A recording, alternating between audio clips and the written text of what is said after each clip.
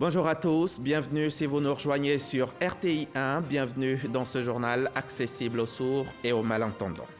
Quelqu'un meurt et c'est comme un silence qui hurle. Et s'il nous aidait à entendre la fragile musique de la vie? Amadou Gon Coulibaly meurt et c'est comme un arbre qui tombe. Et si c'était une graine germant dans une terre nouvelle, un départ pour un nouveau voyage? La Côte d'Ivoire pleure un fils illustre, un travailleur infatigable. Ce vendredi démarre 8 jours de deuil national. La douleur du deuil, 79 familles la connaissent depuis le début de la pandémie de Covid-19 en Côte d'Ivoire. 79 personnes sont mortes du coronavirus sur un total de 11 750 malades. Le virus ne s'arrêtera pas de son plein gré. Nous devons lui forcer la main en portant notre masque, en nous lavant les mains et en respectant toutes les mesures barrières édictées. Le président de la République, son Excellence, M.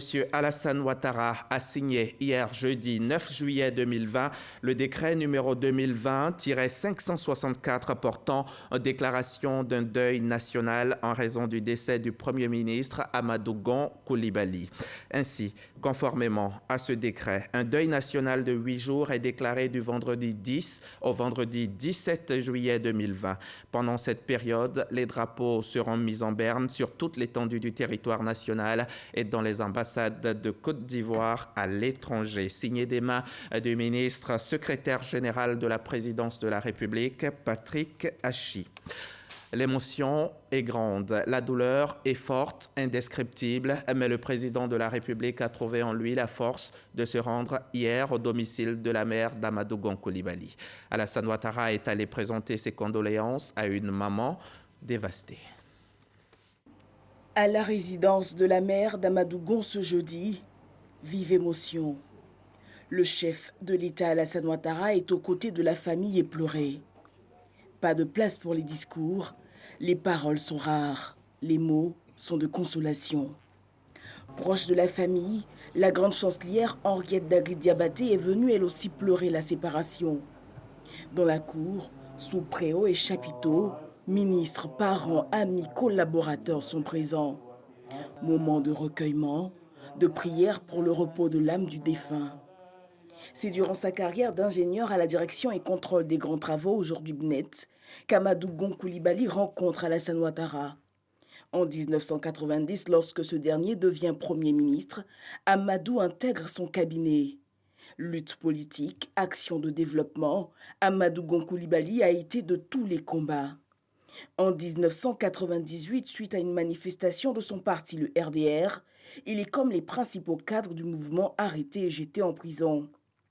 Avec la conquête du pouvoir en 2010, de l'eau aura coulé sous les ponts. Les deux hommes auront entretenu une très forte relation. Alassane Ouattara le dira, « Je rends hommage à mon jeune frère, mon fils Amadou Gon Coulibaly qui a été pendant 30 ans mon plus proche collaborateur. » Il a un peu moins de 14 heures lorsque le chef de l'État quitte la résidence de Fatoumata Gon Coulibaly, la mère de celui qui aura été son homme de tous les combats, son fidèle et loyal Amadou Gon Coulibaly. Les drapeaux sont en berne partout sur le territoire national. La nation rend hommage à l'homme d'État. Le monde rend hommage à Amadou Gon Coulibaly. Les chefs d'État ouest-africains n'ont pas tardé à réagir après l'annonce du décès de Macky Sall à Faure Gnassingbé, en passant par Patrice Talon, Roch Marc, Christian Kaboré et bien d'autres, des présidents d'institutions également. Hors du continent africain, l'émotion est aussi de mise. Le grand réseau de la francophonie s'est fait entendre et l'Élysée a publié un communiqué de condoléances par lequel Emmanuel Macron salue la mémoire et le dévouement d'un grand serviteur de la Côte d'Ivoire. Mercredi 8 juillet, mercredi noir pour la Côte d'Ivoire. L'émotion est vive au niveau national, elle est encore plus visible au niveau de la famille et des collaborateurs du défunt. Un silence assourdissant s'est emparé des locaux de la primature lorsque la nouvelle est tombée. Amadou Gon Coulibaly qui succombe à la suite d'un malaise, et c'est un coup près qui s'abat sur les travailleurs de l'institution. Tous sont unanimes sur ce qu'a été le Premier ministre, des qualités indéniables de travailleurs acharnés. Herman Guivet en a rencontré quelques-uns. Il souffle sur Abidjan ce matin un vent glacial. La capitale économique ivoirienne Et sans doute, tout le pays n'a certainement pas encore avalé cette pilule amère imposée par la vie à 8 juillet 2020. C'est en janvier 2017 qu'Amadou Gon Coulibaly est nommé au poste de Premier ministre par le président de la République, Alassane Ouattara. Dès sa prise de fonction, le chef du gouvernement impulse une action, celle de donner encore plus de dynamique à la stratégie engagée par le chef de l'État dès sa prise de pouvoir en 2011 pour positionner la Côte d'Ivoire sur l'échiquier international. Amadou Gon Coulibaly, on l'appelait le lion. Fin négociateur, homme politique, homme d'État aguerri, quels souvenirs retiennent ses collaborateurs de lui? Souvenez-vous, en août 2017, il était parvenu à arracher un accord entre les syndicats des fonctionnaires et le gouvernement. L'on parlait alors de trêve sociale. Qui était donc ce fin négociateur? Qui était cet homme politique? Pour avoir réponse à cette question, nous avons rencontré ceux-là même qui ont partagé son quotidien pendant plus de 3 ans. Primature de Côte d'Ivoire. Le temps semble s'être arrêté.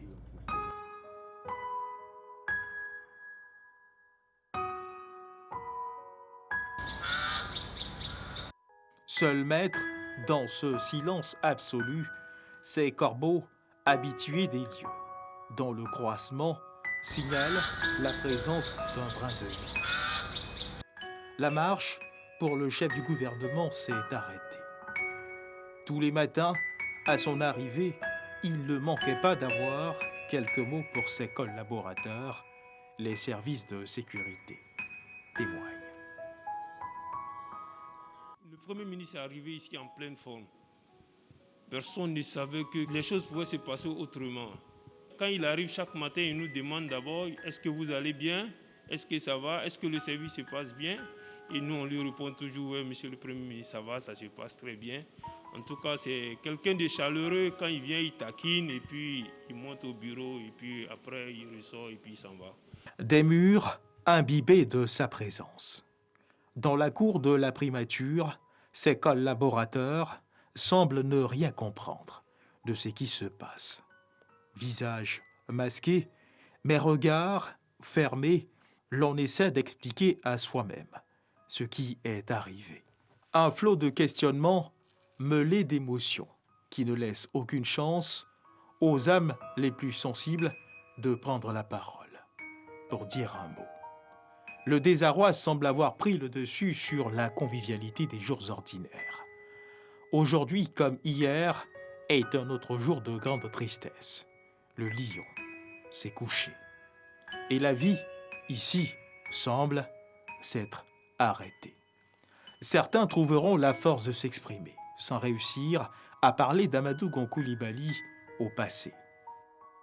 Le Premier ministre est un grand travailleur. Je l'ai d'abord connu en tant qu'homme politique. Et à ce niveau, il était un homme non rigoureux. Vous savez qu'il a été directeur de campagne du président Alassane Ouattara en 2010 et en 2015. Et c'est donc un homme de dossier qui suit chacun des dossiers. La Côte d'Ivoire vient de perdre un de ses grands-fils.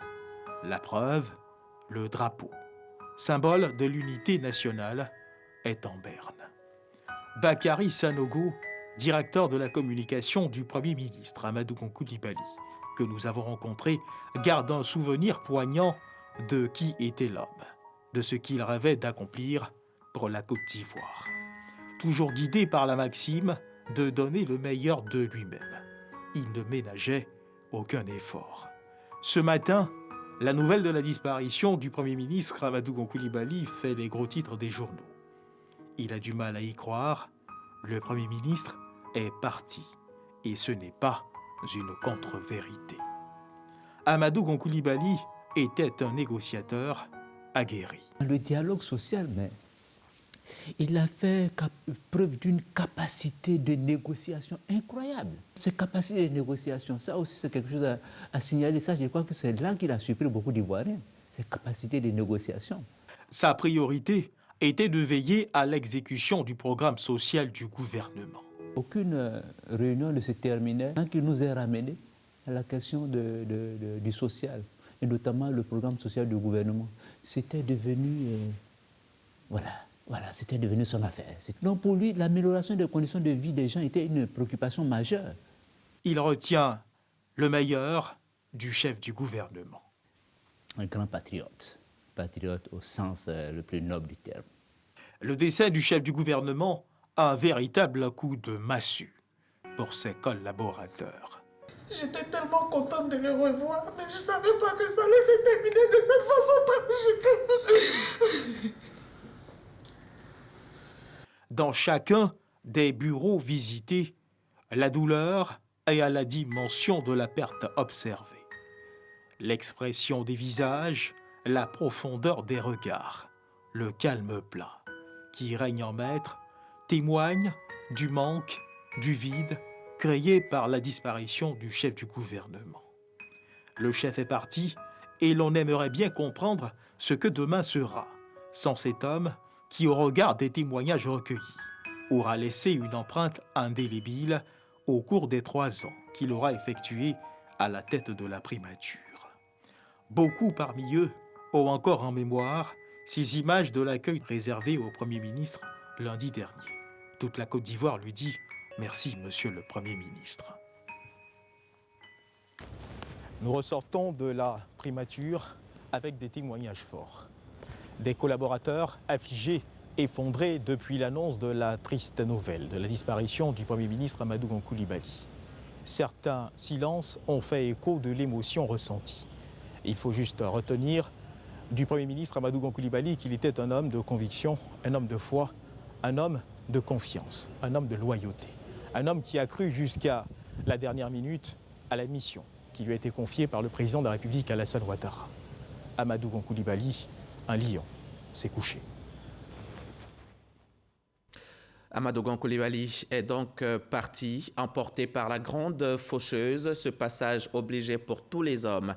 Mais la mort n'est rien, dit le poète. Nos défunts passent seulement dans la pièce d'à côté. Et de cette pièce, Amadou Gon Coulibaly veillera certainement sur son parti, le RHDP, dont il avait été choisi pour en être le candidat à la présidentielle d'octobre prochain. Un parti naturellement affligé par sa disparition.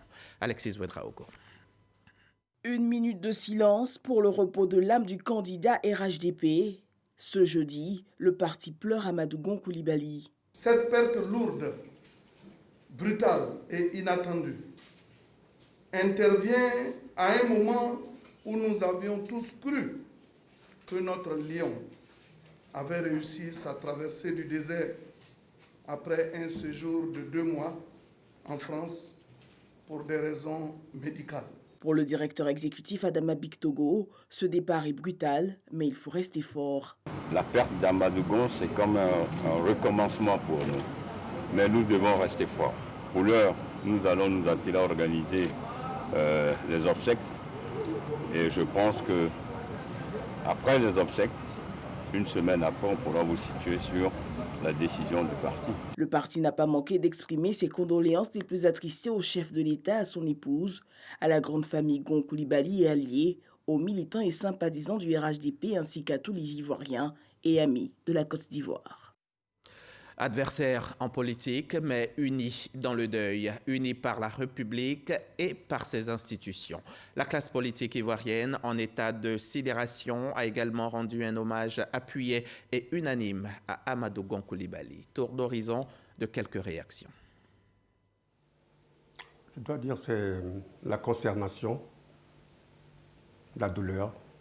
Ce que je retiens de lui, c'est que c'était un fidèle du président Alassane Ouattara. C'est l'un des premières personnes, des premiers jeunes qui ont collaboré avec lui depuis qu'il est arrivé en Côte d'Ivoire à l'appel du président Houphouët-Boigny. Il est resté avec lui jusqu'à aujourd'hui. Donc ce que je retiens de lui, c'est sa fidélité à l'homme qu'il a appelé auprès de lui. Nous partageons le deuil qui est un deuil commun. Il faudrait que nous profitions de ce temps pour que cela nous incite au respect, à la décence, au silence et peut-être même à l'amitié. Alors peut-être que la fin tragique de notre Premier ministre peut-être nous incite-t-elle à essayer d'enterrer l'âge de guerre et à atténuer nos querelles Ce qui, moi, me vient surtout à l'idée, c'est qu'il ne faudrait pas que le départ du Premier ministre puisse rester vain. Alors il nous revient à nous de retrouver notre ciment commun qui faisait que nous étions des Ivoiriens fiers et des Ivoiriens heureux. La Côte d'Ivoire reste, j'allais dire sans mots, parce que c'est la première fois dans l'histoire de la Côte d'Ivoire qu'un Premier ministre en fonction nous quitte de cette façon. Vous comprenez que nous, partis politiques centristes, qui prônons la paix et la concorde en Côte d'Ivoire, nous sommes inconsolables. Je salue la mémoire d'un grand serviteur de l'État, un homme connu pour avoir été un grand travailleur, un grand bosseur de la vie de tous ceux qui l'ont pratiqué. Et il était un homme d'abnégation. En tant qu'homme politique, je dois également saluer l'homme de conviction.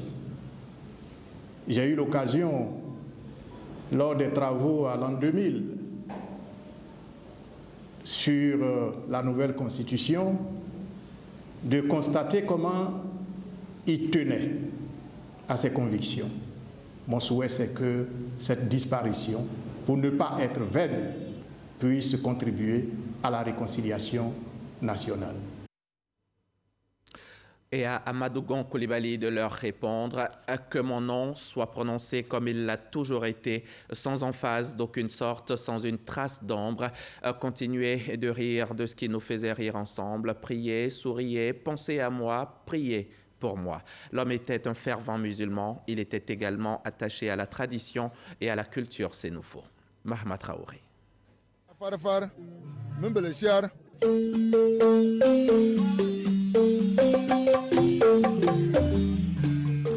Il sera encore en vie qu'Amadou Gon Coulibaly se laisserait emporter par ses sonorités, vantant les qualités du patriarche Péléforo Gon Coulibaly, son grand-père.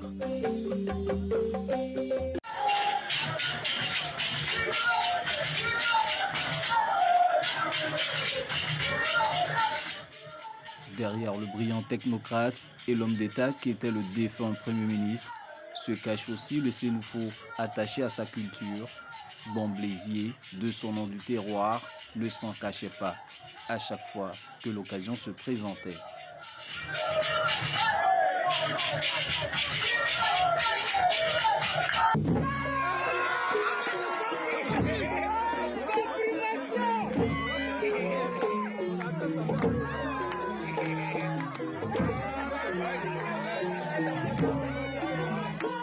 Initié au Poro, rituel initiatique à la vie en pays sénoufo, Amadou Gon Coulibaly était un adepte du Kapachan, danse créée par son défunt père, Bamblé Coulibaly, adepte aussi du balafon qu'il écoutait en boucle dans son véhicule de commandement, nous révèle un proche.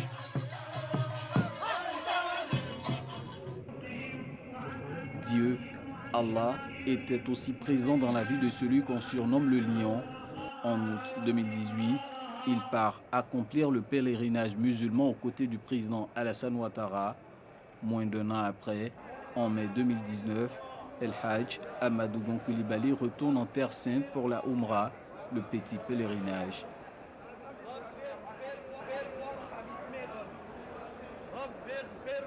L'homme tenait ainsi à revivifier sa foi de croyant, bien que conduisant la délégation ivoirienne aux travaux du 14e sommet de l'Organisation de la coopération islamique, tenu à la Mecque en Arabie Saoudite. Ces images exclusives, nous les diffusons pour la première fois. Le Premier ministre Amadou Gon Coulibaly ne souhaitait pas en faire écho, motif évoqué selon lui. La foi est intime et se vit dans l'intimité. C'est avec une profonde consternation et une réelle affliction que la communauté musulmane en particulier et la nation ivoirienne en général ont été secouées en début d'après-midi du mercredi 8 juillet 2020 par le rappel à Allah du Premier ministre, chef du gouvernement de la Côte d'Ivoire, El Hadj Amadou Gon Coulibaly. En cette circonstance douloureuse et de grande tristesse pour toute la Côte d'Ivoire, je voudrais, au nom du Conseil supérieur des imams, des mosquées et des affaires islamiques, ainsi qu'à mon nom personnel, présenter mes condoléances les plus attristées au couple présidentiel que je sais meurtri par ce subit décès, au gouvernement, à sa famille biologique, à sa famille politique et enfin à l'ensemble des Ivoiriens. Avec cette disparition, la Côte d'Ivoire perd un grand serviteur de l'État et un exemple de compétence. Feu El Hadj Amadou Gon Coulibaly laissera le souvenir d'un fidèle qui a toujours répondu aux sollicitations de la communauté musulmane, un travailleur acharné, un homme de devoir et de conviction, engagé corps et âme pour le développement de la Côte d'Ivoire. Je prie Dieu le Tout-Puissant afin qu'il nous apporte à tous la consolation, que Dieu lui fasse miséricorde, efface ses manquements et l'inscrive parmi les habitants du paradis Firdaus. Fait à Abidjan, jeudi donc 9 juillet, le président du COSIM, Cheikhoul Aïmal Mamadou Traoré. Tout est éphémère, tout n'est qu'illusion, seule la mort est vraie. On change de page. On en vient à cette séance de travail entre le président de la commission électorale indépendante et les partis et groupements politiques ivoiriens. Objet de la rencontre, l'opération de révision de la liste électorale, l'ouverture des dossiers de candidature et le parrainage à l'élection présidentielle. Ce dernier point étant l'innovation majeure dans le processus électoral. Les précisions d'Abou Sanogo. Après l'opération de révision de la liste électorale, la commission électorale indépendante passe à la deuxième phase du processus, celle du dépôt de candidature. Cette rencontre au PNUD, au programme des Nations Unies pour le développement entre le président de la commission électorale indépendante et les partis politiques, a porté sur le concept nouveau dans le cadre juridique des élections en Côte d'Ivoire. Il s'agit de l'introduction du parrainage à l'élection présidentielle. Et cette rencontre avait pour but de présenter au groupement politique le mécanisme de parrainage. C'est une nouvelle institution dans le processus électoral qui est concernée par le parrainage. Comment se fera le parrainage? Comment respecter les prescriptions légales de 1% de l'électorat local dans 50% des régions et districts de Côte d'Ivoire? Il faut donner la possibilité aux candidats de pouvoir satisfaire à cette condition du parrainage. Voilà pourquoi nous avons proposé aux partis politiques le délai de 45 jours au lieu d'un seul mois.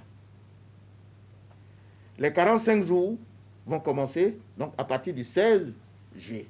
Mais pour cela, il faut qu'il y ait une liste sur la base de laquelle les parents que sont les électeurs peuvent être identifiés. Voilà pourquoi nous leur proposons le recours à la liste électorale de 2018.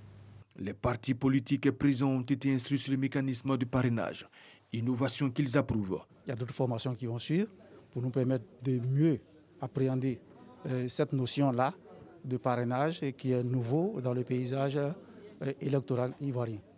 C'est une nouvelle notion que la Côte d'Ivoire va connaître. Et comment ce parrainage se fera? Eh bien, il est venu nous donner des indications sur ce parrainage et nous donner des supports.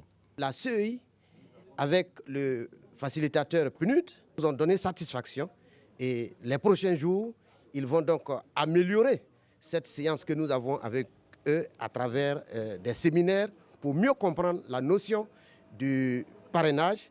À l'issue de la rencontre, le président de la commission électorale indépendante Coulibaly, Ibrahim Kubiet, a remis aux différents partis politiques la liste électorale de 2018, les statistiques de la population électorale par région. La période de réception des candidatures est prévue du 1er août au 1er septembre 2020. Lorsqu'elles tombent entre de mauvaises mains, les armes sont responsables de centaines de milliers de morts et de bien plus encore de blessés. Des statistiques révèlent l'existence d'une arme pour 10 habitants dans le monde. Tous les ans, à l'occasion de la Journée internationale de la destruction des armes légères, célébrée tous les 9 juillet, des victimes procèdent à la destruction d'armes aux 4 coins de la planète. En moyenne, 800 000 sont détruites chaque année, mais pour chaque arme détruite, 10 sont produites. On écoute le message du gouvernement. Aujourd'hui, l'un des défis à la lutte contre le terrorisme, la criminalité organisée et les diverses formes de trafic demeurent le contrôle de la prolifération et la circulation illicite des armes légères et de petit calibre. Des statistiques du groupe de recherche et d'information sur la paix et la sécurité révèlent qu'environ 90% des victimes de guerre sont tuées par des armes légères et de petit calibre.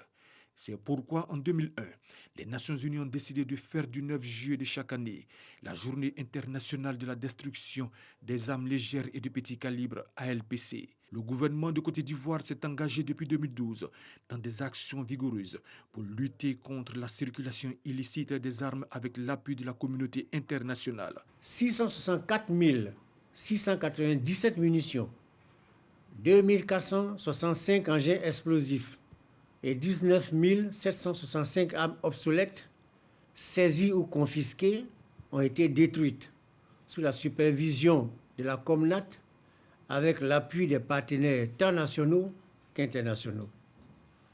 Ces armes, munitions et engins explosifs sont issus de collectes communautaires, des armureries des forces de défense et de sécurité et des greffes des tribunaux.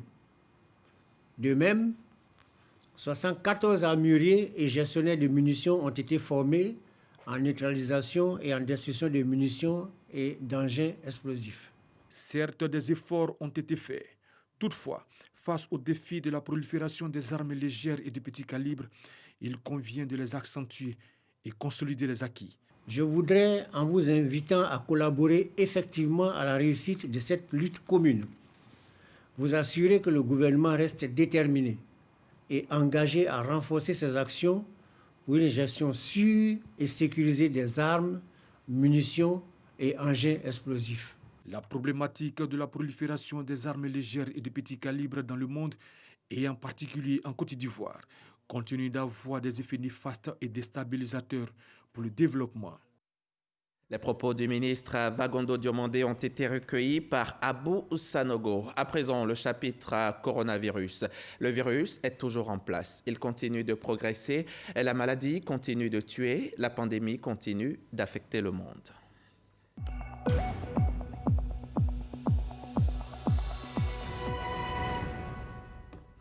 « 246 nouvelles infections au coronavirus enregistrées pour la seule journée d'hier. 246 malades donc et un nouveau décès. La Côte d'Ivoire compte à ce jour 11 750 cas de Covid et 79 morts.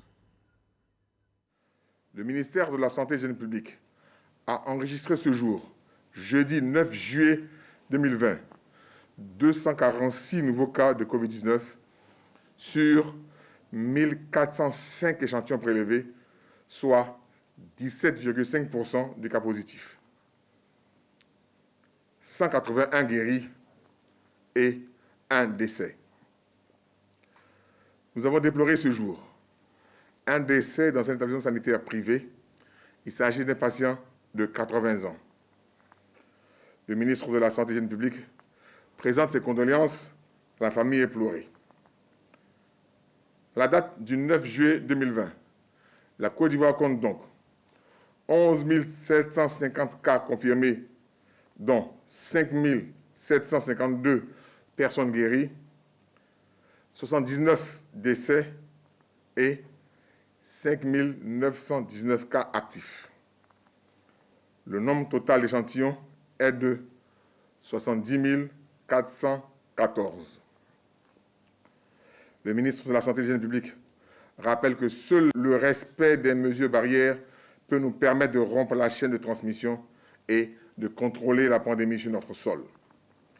Il recommande donc à toute la population un strict respect de ces mesures barrières et notamment le port du masque lorsque nous sommes dans les lieux publics afin de nous protéger et de protéger les autres. 11 750 malades liés au coronavirus en Côte d'Ivoire et 79 morts. Avons-nous donc cessé de nous laver les mains? Les chiffres montent à grande vitesse et il faut les stopper, sinon les ralentir. Pour cela, il faut tout juste se laver régulièrement et soigneusement les mains. Il faut mettre un masque de protection et il faut se tenir loin des autres. Simple et efficace pour être en bonne santé. Hier, lors du point de presse, il a été question de ces bonnes pratiques. Puis, un hommage a été rendu à Amadou Gon Coulibaly pour ses actions dans la lutte contre la pandémie. Francis Boifre. L'ancien Premier ministre Feu Amadou Gon Coulibaly était au cœur du système de riposte contre la maladie à coronavirus. Pour mieux sensibiliser les populations sur les dangers liés à la maladie, il avait instruit la direction de communication de la primature à l'effet d'instituer le point presse quotidien. Son décès est une grande perte et le CICG lui rend hommage. Le maire de Bondoukou était ce jeudi l'invité de ces échanges avec la presse. Il est revenu sur les mesures prises pour lutter contre la maladie dans sa commune. La commune de Bondoukou a été la première commune à distribuer près de 50 000 cache-nez gratuitement, la remise de milliers de kits complets de lavage des mains au marché, dans les établissements scolaires, dans les villages, les quartiers. Il faut continuer la lutte contre la Covid-19, conseille le docteur Edith Kwasi du ministère de la Santé et de l'Hygiène publique et le porte-parole de la police nationale. Le ministre de la Santé et de l'Hygiène publique, le docteur Eugène Akawele, nous interpelle au changement de paradigme. Face à cette pandémie, notre sens profond du devoir les uns envers les autres, où notre responsabilité est engagée. Véhicules contrôlés dans la journée d'hier, 7096. Véhicules mis en fourrière, 105. Fiers, dignes et déterminés pour la nation, nous demeurons malgré tout. Les autorités ivoiriennes invitent les populations au respect des mesures barrières contre le coronavirus. Et c'est ici que l'on s'arrête pour ce 13h. Merci de nous avoir suivis. Merci de votre confiance. Et quoi qu'il en soit, continuons de respecter les mesures barrières. Le coronavirus est toujours parmi nous.